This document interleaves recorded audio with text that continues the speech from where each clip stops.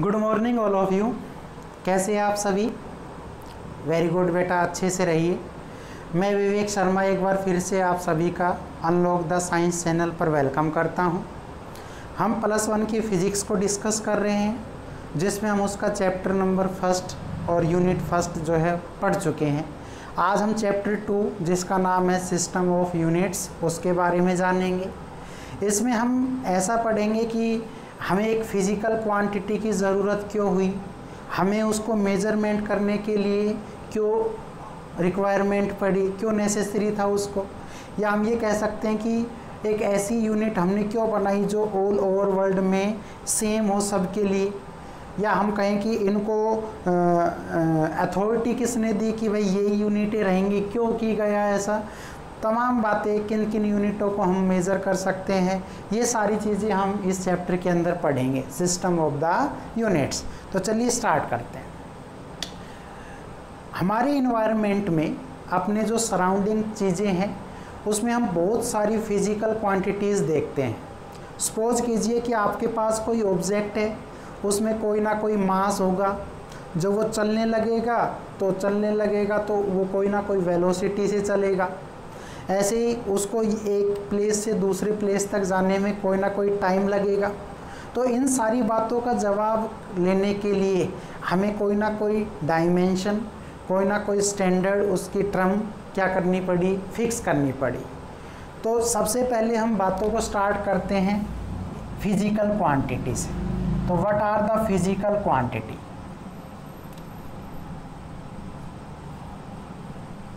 What are the physical quantity?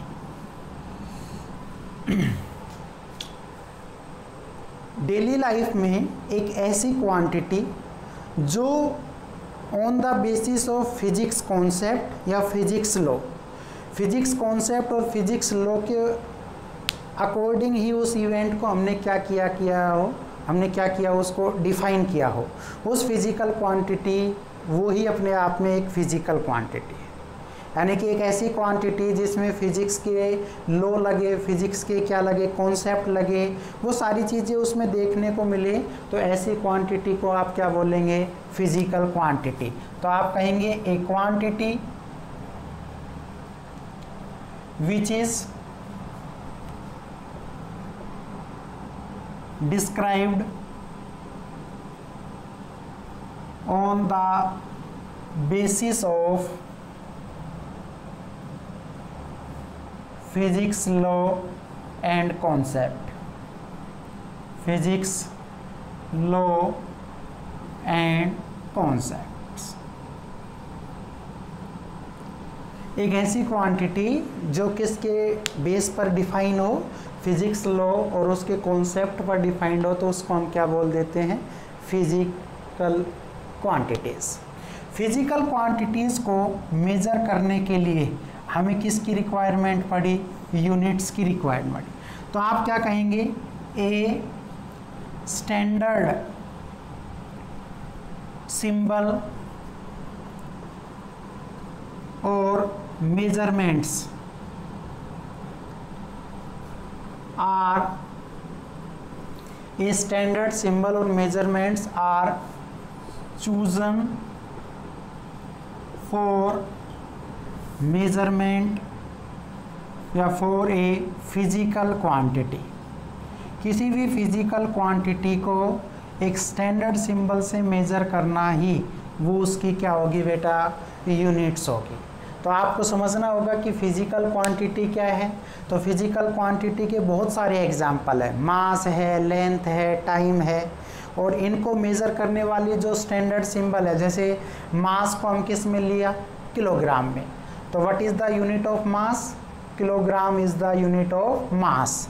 Similarly अगर हम बात करें length, what is the unit of length?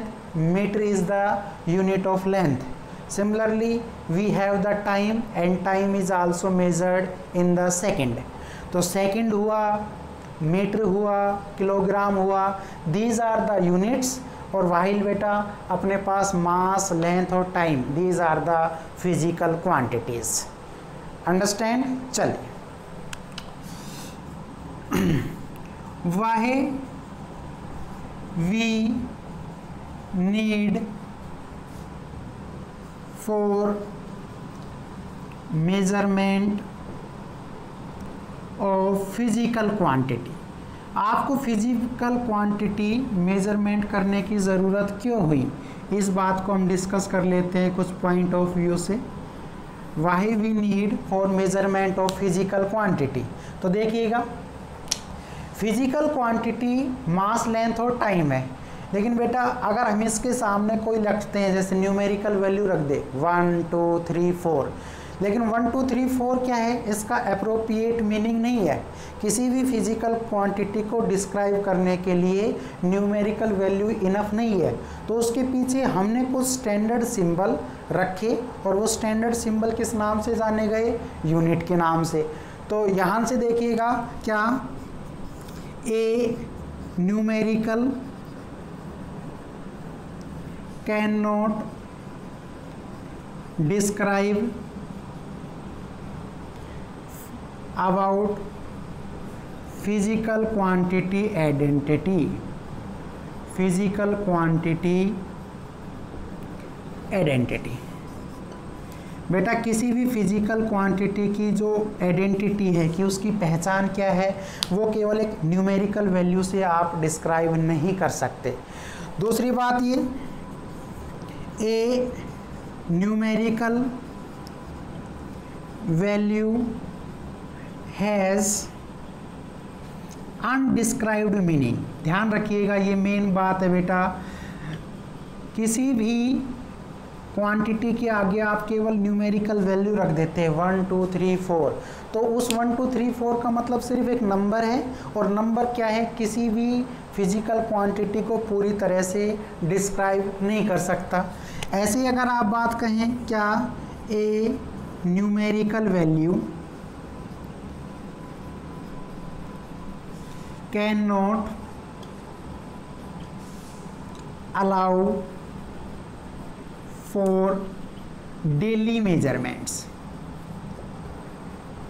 बेटा अगर आपसे ये कह दें कि भाई आपके पास जो भी सामान है, मान लीजिए आप तेल लेने जाते हैं, आप कोई आटा वगैरह कोई घर का सामान लेने जाते हैं, तो अगर मैं ये कह दूं भाई एक देना, तो वो आपको एक पीस उठा के दे देगा। लेकिन अगर मैं उसको ये बोल दूँ 1 किलोग्राम दे दे, तो बेटा उसका कोई ना कोई वेट या होगा। तो एक डिफाइन है, या हम ये कह दें 1 किलोग्राम डिफाइंड है। तो 1 किलोग्राम क्या है बेटा, किसी भी फिजिकल क्वांटिटी को मेज़र करने का सबसे बेस्ट तरीका है। लेकिन जब आप एक न्यूमेरिकल वैल्यू दे देते हैं, जैसे मैं ये कह दूँ भाई एक दे दे, एक आलू का क्या मतलब है, एक प्याज का क्या मतलब है ना, हम कहें 1 किलोग्राम दे दो, है ना, 1 लीटर दे दो। तो ये किसी भी फिजिकल क्वांटिटी को पूरी तरह से डिस्क्राइब करना, उसका सूटेबल मीनिंग फाइंड आउट करने के लिए हमें किसी भी फिजिकल क्वांटिटी को मेज़रमेंट करने की ज़रूरत पड़ी। ये बात याद रखिएगा बेटा, अगर जब तक आप केवल न्यूमेरिकल वैल्यू यूज़ करते रहेंगे, कोई भी फिजिकल क्वांटिटी की अपने आप में कोई आइडेंटिटी नहीं हो सकती, कोई उसका सूटेबल मीनिंग नहीं हो सकता, और डेली लाइफ में आप उसको अलाउ नहीं कर सकते हर एक पार्टिकुलर, या हम ये कह दें कि नंबर ऑफ डिफरेंट थिंग्स के लिए वो एप्लीकेबल हो। तो अपने पास कोई ना कोई फिजिकल क्वांटिटी है, ऐसी फिजिकल क्वांटिटी जिसमें फिजिक्स के लॉ और फिजिक्स के कॉन्सेप्ट डिसाइड हो। बेटा ऐसा स्टैंडर्ड सिंबल हम चूज़ करें किसके लिए, for the measurement of physical unit quantity that is known as units. तो आप फिजिकल क्वांटिटी और यूनिट्स में फ़र्क आया समझ में, और ऐसे बेटा इसकी रिक्वायरमेंट क्यों हुई, ये बातें थी।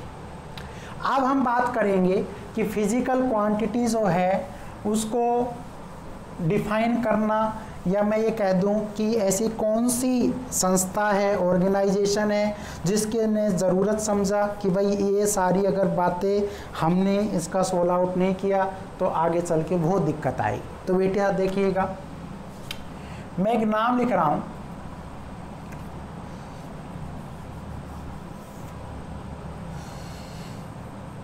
जनरल कॉन्फ्रेंस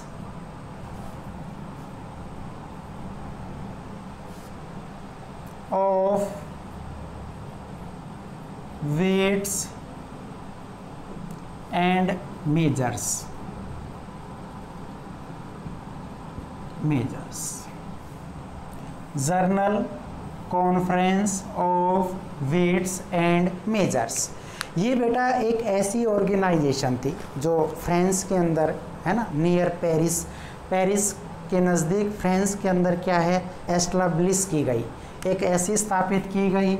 और बेटा इन 1971 में इसने क्या किया, ये इस तरह से सेटअप की गई कि इसको अथॉरिटी दी गई कि आप फिजिकल क्वांटिटीज़ को लिए एक स्पेशल सिंबल असाइन करें ताकि उसको ऑल ओवर वर्ल्ड में क्या है, सेम नाम से जाना जाए।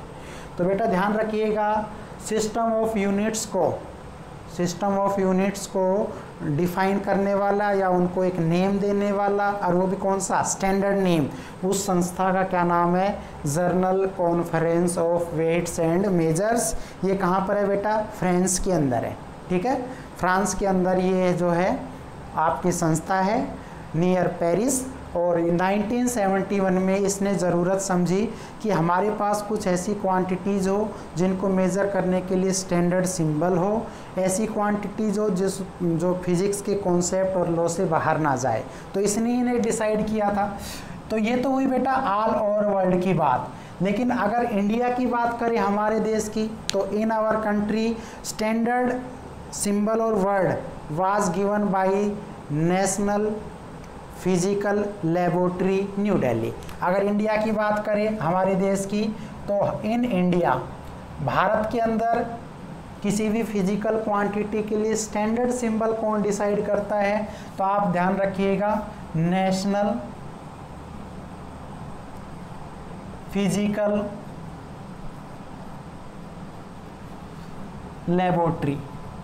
लेबोरेटरी। और ये कहाँ है बेटा, ध्यान रखिएगा, न्यू दिल्ली। भारत के अंदर अगर कल को कोई सिंबल या कोई भी स्टैंडर्ड हम देखते हैं, रीमार्क, उसको डिसाइड करने का काम करेगी नेशनल फिजिकल लेबोरेटरी, जो कि न्यू इंडिया के अंदर है। और बेटा ऑल ओवर वर्ल्ड की जब आप बात करते हैं तो general conference of weights and measures in 1971। तो ये इंडिया में करती है कि किसी भी फिजिकल क्वांटिटी को क्या करना, स्टैंडर्ड सिंबल देना, और ये बेटा ऑल ओवर वर्ल्ड के अंदर। तो क्या करती है, जर्नल कॉन्फ्रेंस की अगर हम बात करते हैं तो इसने क्या किया, 7 फिजिकल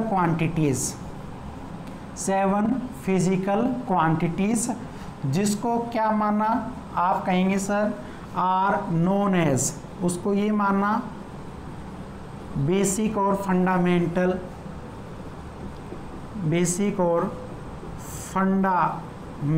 क्वांटिटीज।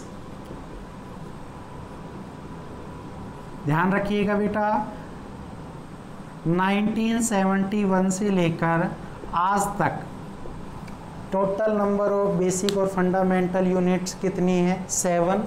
और बेटा 2 फिजिकल क्वांटिटीज ऐसी हैं जो अपने आप में किस नाम से जानी गई, आप कहेंगे सर सप्लीमेंट्री।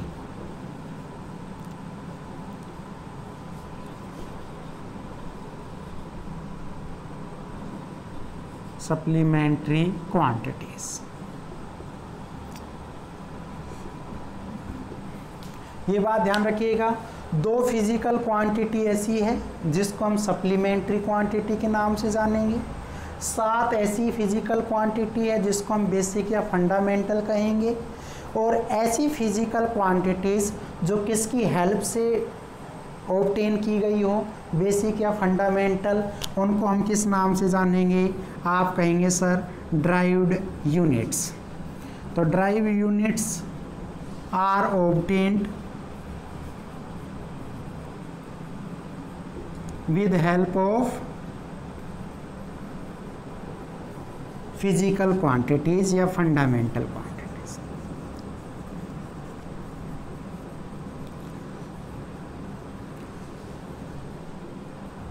ध्यान रखिएगा, ड्राइव्ड यूनिट, ड्राइव्ड का मतलब होता है तैयार करना, प्रिपेयर करना, ड्राइव।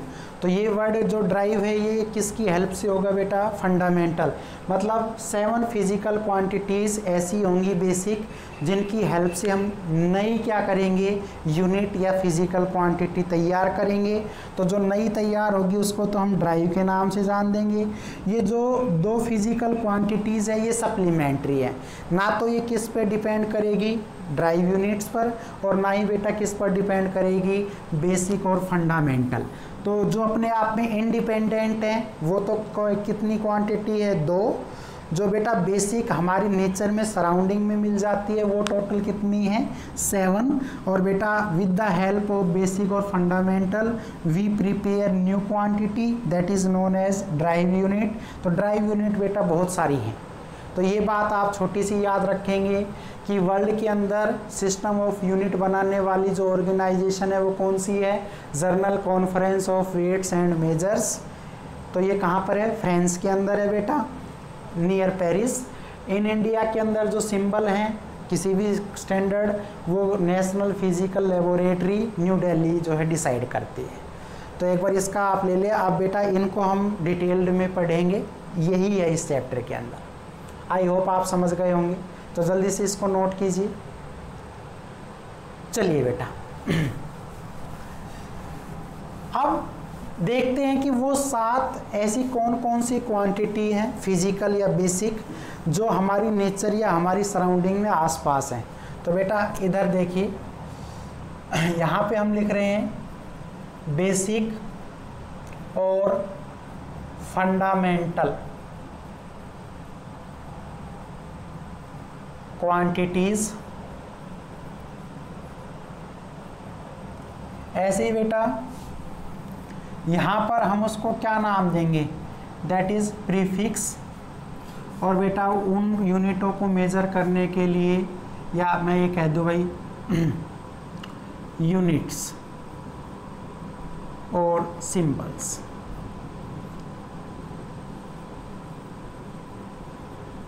देखिएगा, पहली बेसिक और फंडामेंटल क्वांटिटी जिसका नाम आता है बेटा, आप कहेंगे मास। तो मैं पहली क्वांटिटी का नाम लिख देता हूं मास, ठीक है। और मास जो है बेटा उसका जो प्रीफिक्स है यानी कि सिंबल जो है, तो सिंबल मास का क्या होता है? एम, और यूनिट क्या होती है उसकी? किलोग्राम। तो अगर मैं ये बात करता हूँ कि भाई मास की यूनिट, तो यहाँ पे मैं लिख देता हूँ किलोग्राम,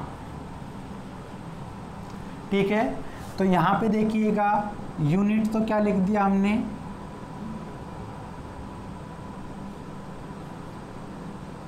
किलोग्राम। और बेटा सिंबल क्या लिख दिया मास का? आप कहेंगे एम, और आप इसको बेटा कैपिटल एम से। मास के लिए आप छोटा एम और कैपिटल एम दोनों यूज़ कर सकते हैं। जनरली हम यूज़ करते हैं स्मॉल एम। ऐसे ही बेटा दूसरी जो अगर बात की जाए आपका है लेंथ, और लेंथ के लिए क्या नाम आएगा? तो आप कहेंगे सर लेंथ को हम किस में मेजर करते हैं? तो सिंपल सा वर्ड है मीटर। तो यहाँ पे आप बेटा मीटर के लिए स्मॉल एम, ठीक है, मीटर के लिए स्मॉल एम। और अगर देखा जाए कि लेंथ का सिंबल क्या होगा, आप एल भी लिख सकते हैं और आप स्मॉल एल भी लिख सकते हैं। जनरली हम स्मॉल से ही रिप्रेजेंट करेंगे। थर्ड है बेटा मास, लेंथ, टाइम। तो बेटा टाइम को किस में मेजर करते हैं आप? तो आपको पता ही है टाइम को हम किस में मेजर करते हैं? सेकंड में। और सेकंड का जो सिंबल है वो बेटा एस आ जाएगा। और देखा जाए तो टाइम के लिए आप क्या कर सकते हैं? कैपिटल टी और बेटा स्मॉल टी।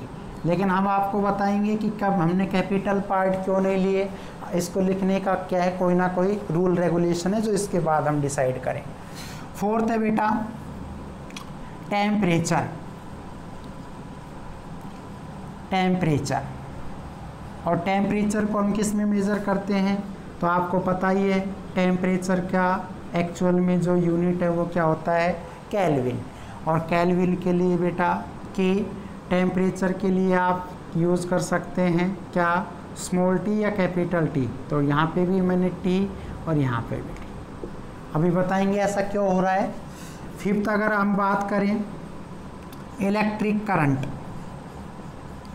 इलेक्ट्रिक करंट, तो बेटा इलेक्ट्रिक करंट की जो यूनिट है वो तो क्या होती है, आप कहेंगे सर एम्पियर, और एम्पियर के लिए क्या यूज़ कर सकते हैं हम ए, लेकिन अगर सिंबल देखिए इलेक्ट्रिक करंट का तो इसका सिंबल होता है आई, और कई बार हम इसको स्मॉल आई। तो ये सारी बातें हम अभी डिसाइन करेंगे। 6 है बेटा ल्यूमिनस इंटेंसिटी,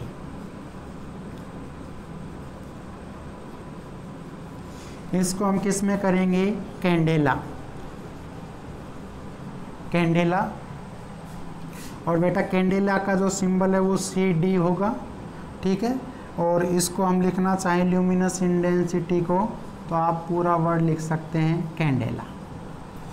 ऐसे ही बेटा 7th है जिसका नाम है अमाउंट और क्वांटिटी, कोई भी एक वर्ड आप यूज़ कर सकते हैं, अमाउंट और क्वांटिटी ऑफ मैटर या सब्सटेंस। इसको हम बेटा किस में मेज़र करेंगे, सिंपल सा वर्ड है मोल, और बेटा इसका यूनिट हो गई मोल, या आप इसके लिए सिंपल मोल लिख सकते हैं। तो बेटा ये अपने पास बेसिक और फंडामेंटल क्वांटिटीज़ है, मास है, लेंथ है, टाइम है, टेम्परेचर है, इलेक्ट्रिक करंट है, ल्यूमिनस इंटेंसिटी है, अमाउंट या क्वांटिटी है। किलोग्राम आपने सुना है, मीटर भी सुना है, सेकंड भी, केल्विन भी, एम्पियर, कैंडेला, मोल। किलोग्राम बेटा ये इसकी यूनिट्स हैं, ये इसको सिंबल है कि एक फिजिकल क्वांटिटी को किस से डिनोट किया जाए। लेकिन हमने यहाँ पर कहीं पर कैपिटल लिखा है, कहीं पर क्या लिखा है स्मॉल, तो हम यहाँ बताएंगे कि स्मॉल लेटर कब यूज़ करना है, नाम कैपिटल हो कब यूज़ करना है, ठीक है। तो अभी इतना ही समझे, अभी इसमें हम थोड़ी सी करेक्शन छाटेंगे। एक बार इसका स्क्रीनशॉट ले ले बेटा जल्दी से, शाबाश। ओके बेटा समझ में आया। चलिए अभी हम बताने वाले हैं कि हम इनका कब यूज़ करते हैं, कौन सी चीज़ें करेक्ट है। तो बेटा ये 7 आ गया। प्रीफिक्स की जगह आप एक वर्ड और यूज़ कर सकते हैं, दैट इज़, अगर ये बेसिक फंडामेंटल क्वांटिटीज़ हैं तो ये इनकी यूनिट ही तो हैं, तो आप यहाँ पे क्या लिख सकते हैं बेटा, फंडामेंटल यूनिट्स भी लिख सकते हैं, ठीक है। तो आपको ज़्यादा आसानी ये रहेगी, क्या बेसिक और फिजिकल फंडामेंटल ये क्वांटिटीज़ हैं, तो बेटा ये इनकी क्या है, यूनिट्स है। तो आप प्रीफिक्स की जगह फंडामेंटल क्या ले लीजिए, यूनिट्स ले लीजिए।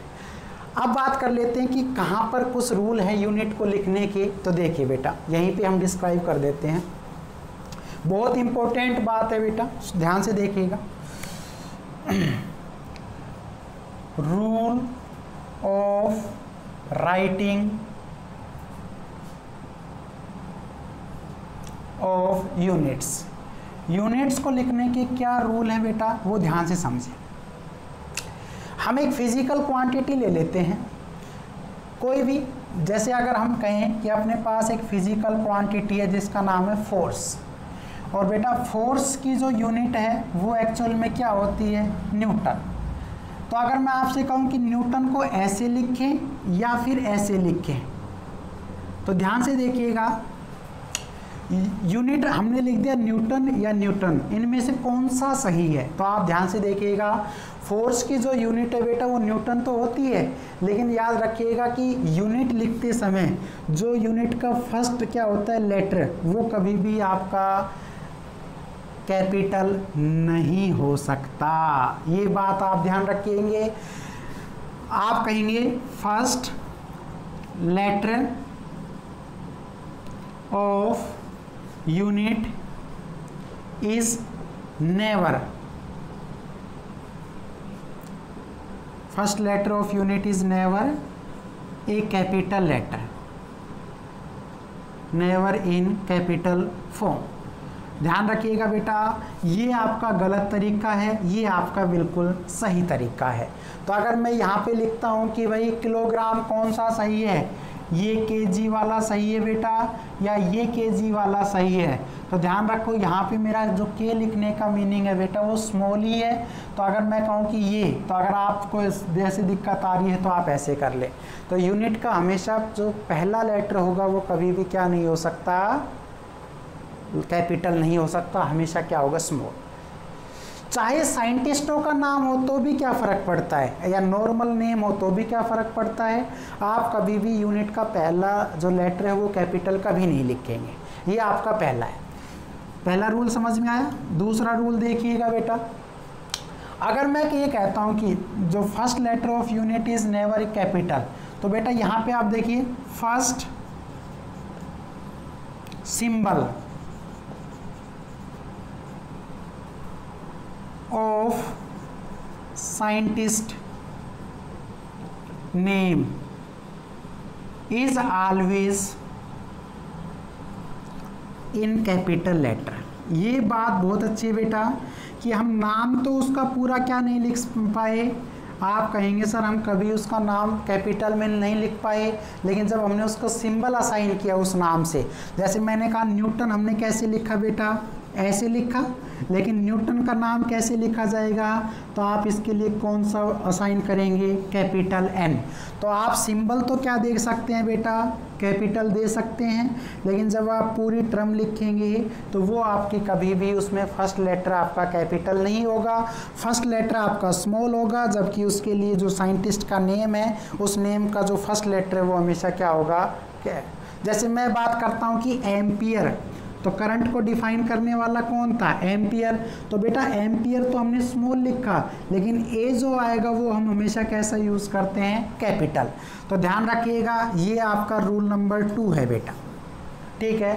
थर्ड है we can not use full stop. हम कभी भी बेटा full stop after writing short form of unit,